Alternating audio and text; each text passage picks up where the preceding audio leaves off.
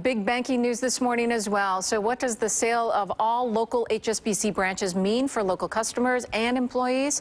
Here's News 4's Anthony Kanji with the latest. Anthony. Yeah, Victoria, before we get to that, we actually should say that it was just announced that HSBC plans to cut 25,000 more worldwide jobs by the end of 2013.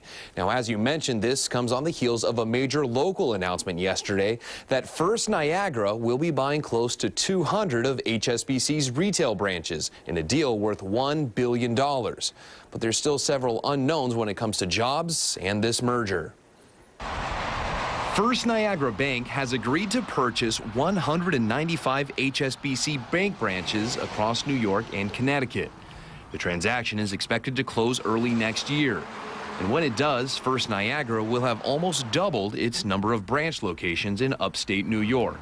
In a statement, First Niagara's president and CEO said, "We are very pleased to acquire such a high-quality franchise that gives us an optimal footprint in upstate New York. This creates important density in our key legacy markets."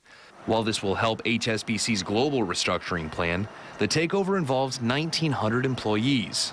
HSBC's North American spokesman told News 4 that First Niagara has promised to retain most of the 1,900 employees who work in the branches. Buffalo got caught up in the crosswinds, I guess, between the global financial crisis and the fact that this bank has to look out for its shareholders, is not hitting its targets. It's got to modify its banking plan. But what hasn't been discussed are HSBC's plans for the downtown tower, atrium, and the Depew Mortgage Center.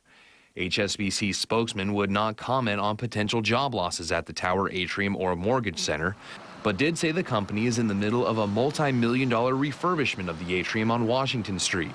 But that's not enough for local leaders who have been concerned about HSBC's future in Western New York ever since the company announced restructuring plans in May. You have this big tower here that would lose a lot of tenants in there.